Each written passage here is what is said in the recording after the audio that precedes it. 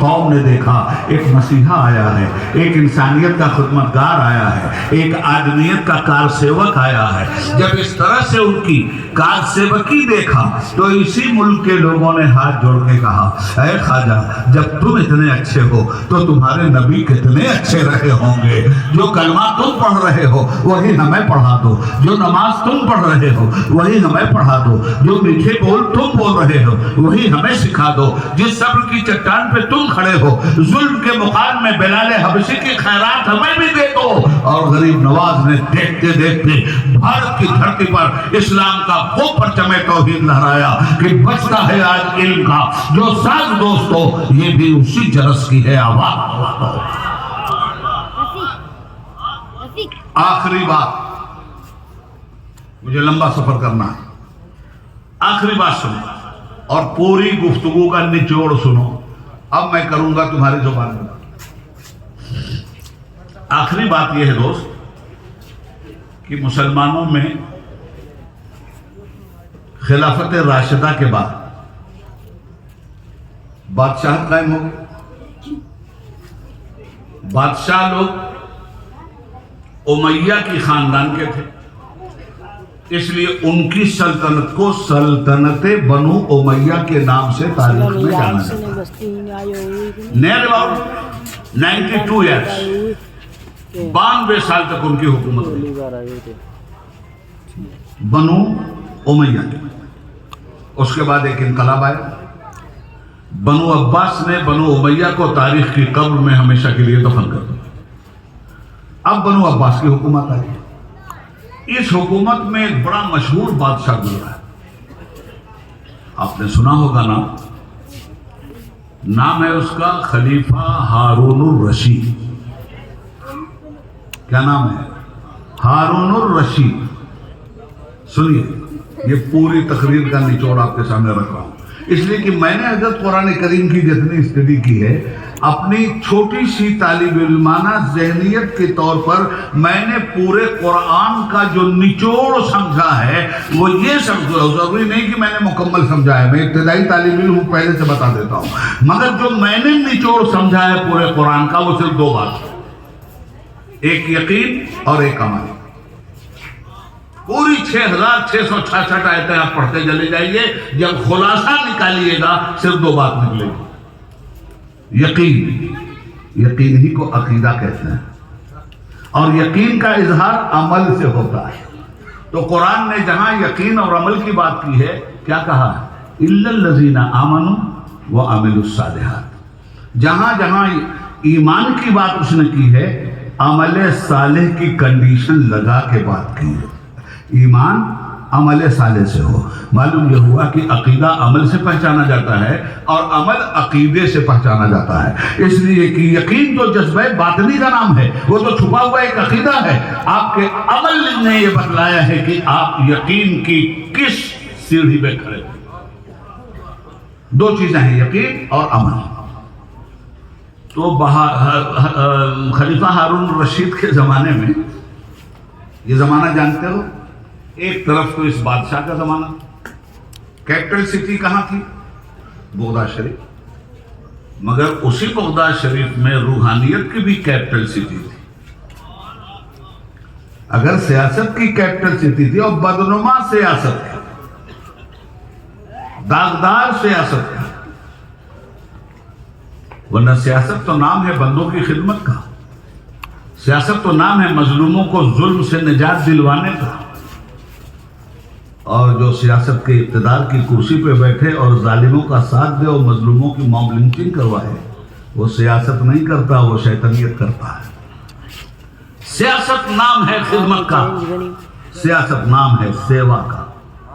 سنو، بادشاہ تھا، بڑا طاقتور بادشاہ تھا، اسی کے خاندان میں، جو بادشاہوں کے خاندان میں جو رشتہ دار ہوتے ہیں وہ کیا کہلاتے ہیں؟ پرنس، شہزادے۔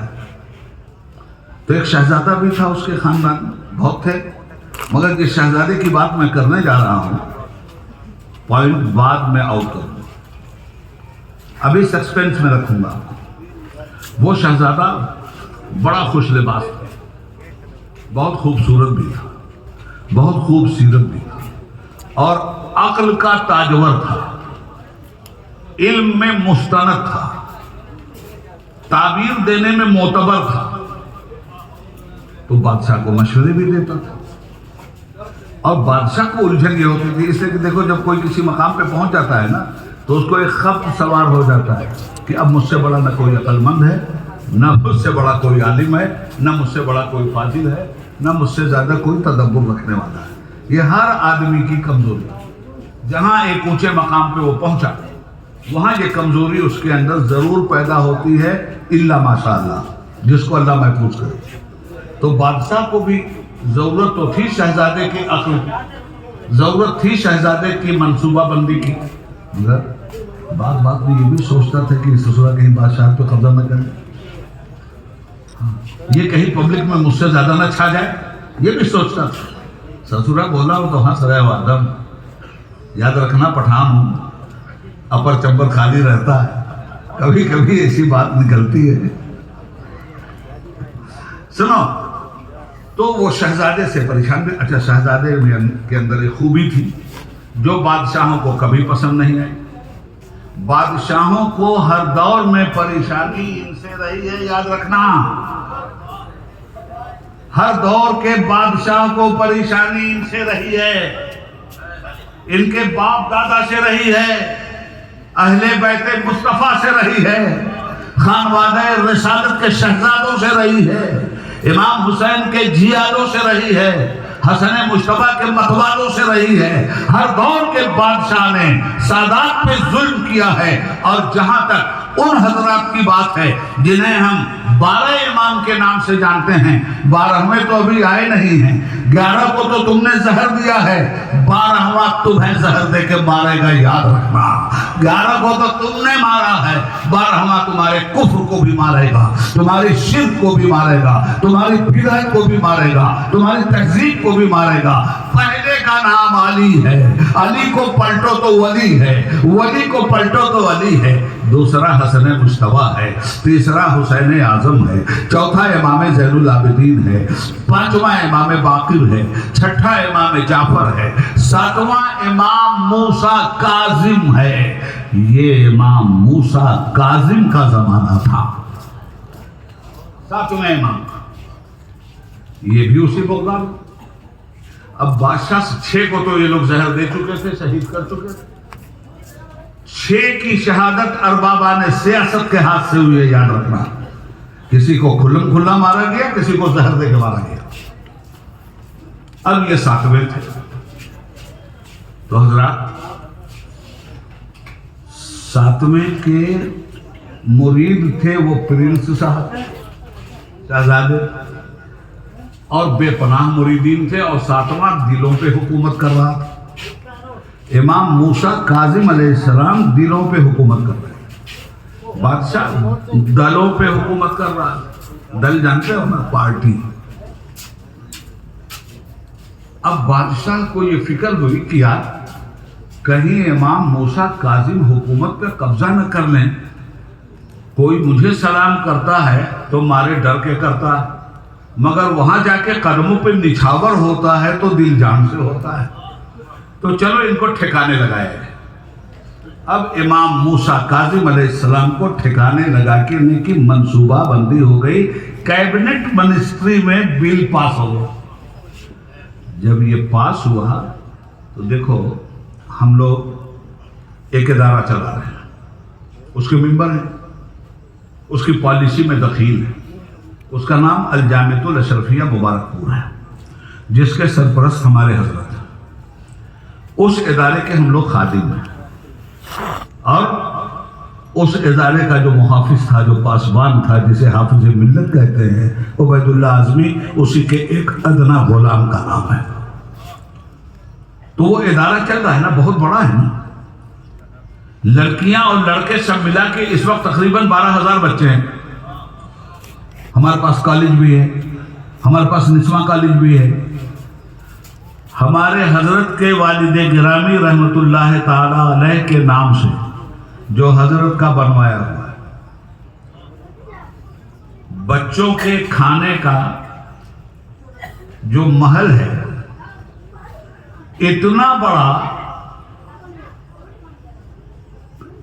بڑا بچوں کے کھانے کے لیے، بچوں کا دسترخوان لگانے کے لیے اتنی بڑی جگہ ہندوستان کی کسی یونیورسٹی کے پاس نہیں، حضرت کا دیا ہوا ہے۔ یہ بھی سمجھ لو کیا کیا دے رہے ہیں۔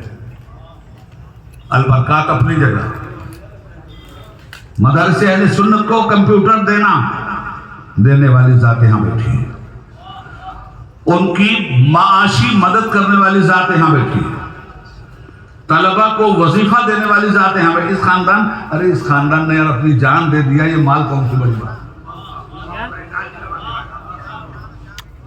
سمجھے؟ تو کیا ہوا؟ بادشاہ کے دربار میں، تو ہمارا اتنا بڑا ادارہ ہے، یہ مت سمجھو کہ سب عبید اللہ اعظمی زندہ باد کہتے ہیں، اسی میں کچھ ایسے بھی ہے جو ہمارے مرنے کی دعا ہے۔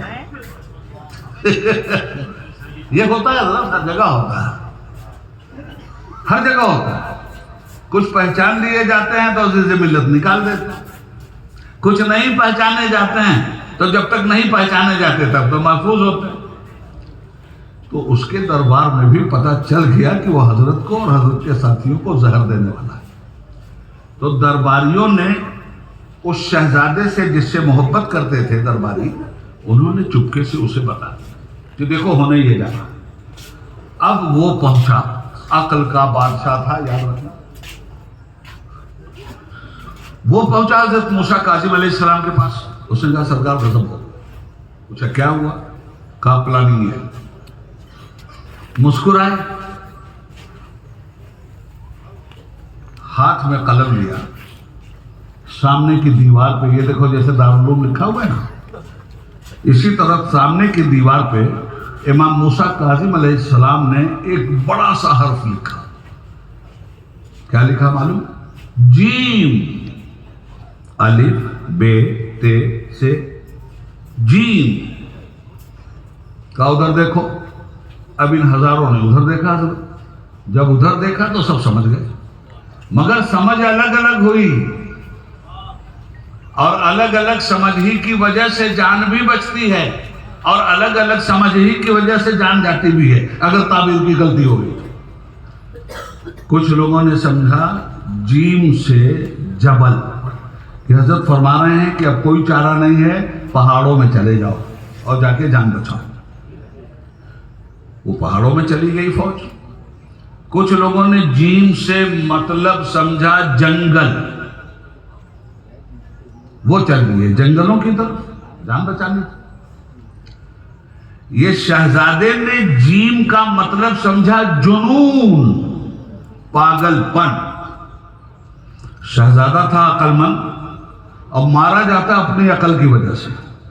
تو حضرت نے لکھا جیم بیٹا تو اپنی سمجھداری پر پاگل پن کی چادر ڈال لے۔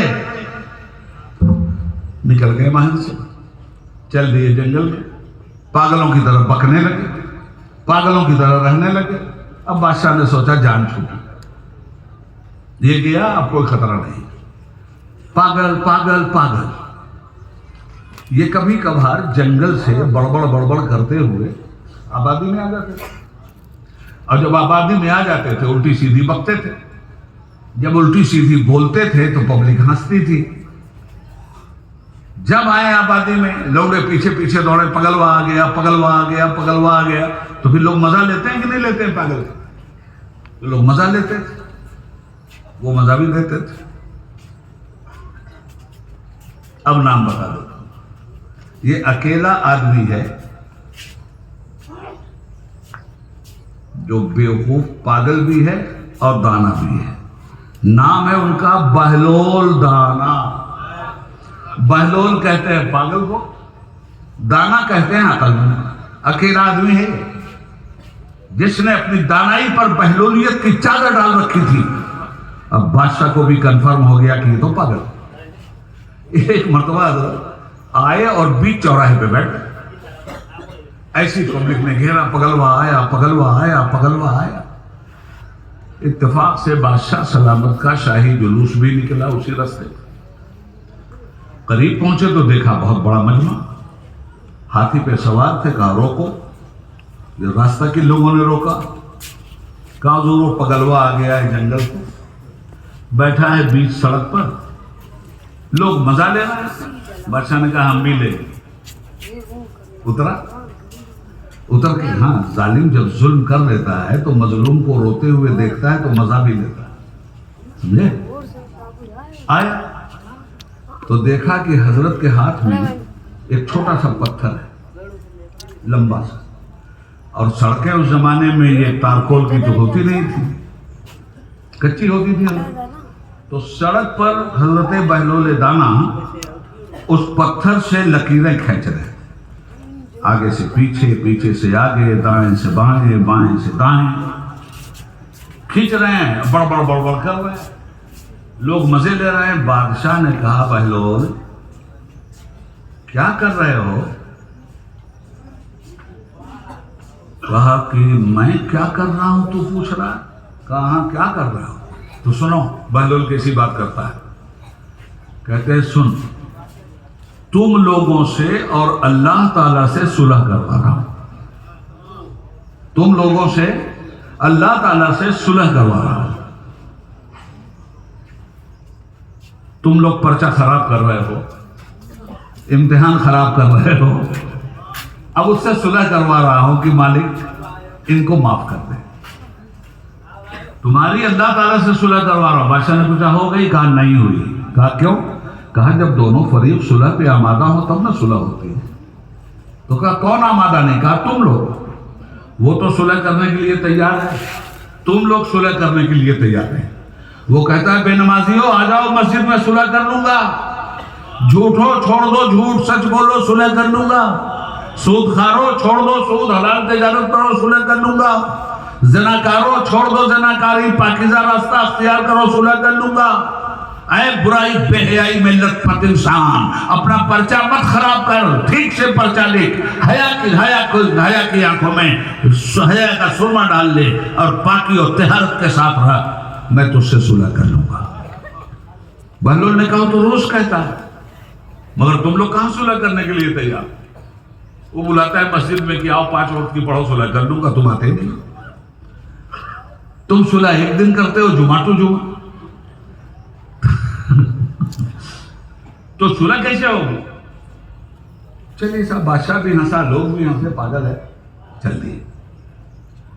مولانا آدم صاحب 1 ہفتے کے بعد بادشاہ سلامت شاہی قبرستان سے گزرے تو دیکھا بہلول ایک ٹوٹی ہوئی قبر کو پکڑ کر کے کھیچم تانم مچائے ہوئے ہیں۔ بادشاہ اتر گیا سواری سے، آیا، بولا بہلول یہاں کیا کر رہا ہے؟ کہا ہارون جگہ بدلی ہے، کام نہیں بدلا ہے، یہاں پہ وہی کر رہا ہوں جو کل تم لوگوں کیا کر رہا تھا۔ کہا یہاں کس سے کرو؟ کہا ان لوگوں سے کروا رہا ہوں صلح، یہ جو پڑے ہیں 6 فٹ لے کے، ان سے کروا رہا ہوں صلح۔ تو پوچھا ہو گئی؟ کہا نہیں ہوئی۔ کہا کیوں؟ کہا کل جب کروا رہا تھا تو وہ مان رہا تھا، یہ نہیں مان رہے، آج کروا رہا ہوں تو یہ ماننے کے لیے تیار ہے، وہ نہیں مان رہا ہے۔ پوری تقریر کا نچوڑ یہ ہے، اس لیے الذی خلق الموت والحیات لیبلوکم ایکم احسن عملا، اس نے موت اور حیات کو اس لیے پیدا کیا ہے کہ اچھے پرچے لکھو، سچائی کے، اچھائی کے، نیکی کے، عبادت کے، انسانیت کے، آدمیت کے، سیوا کے، خدمت کے، علم کے پرچے لکھو۔ اس ادارے کے بانی کو سلام، اس ادارے میں تعلیم کا چراغ جلانے والی شخصیت کو سلام، اور یہ دعا کر کے جا رہا ہوں کہ چراغ علم نبی ہر طرف جلائیں گے، جہاں سے کفر کی تاریکیاں مٹائیں گے، جنہ میں دھوم مچی ہے کہ چند دیوانے رسول پاک کا گلشن نیا سجائیں گے۔ ہمارا ہاتھ ہے خالی، حضور بھر دیجئے، کرم ہوا تو عمارت نئی بنائیں گے۔ عبید اتنا نہ گھبرا، ذرا تو صبر کرو، یہاں سے علم کے مہتاب جگمگائیں گے۔ خدا حافظ، السلام علیکم۔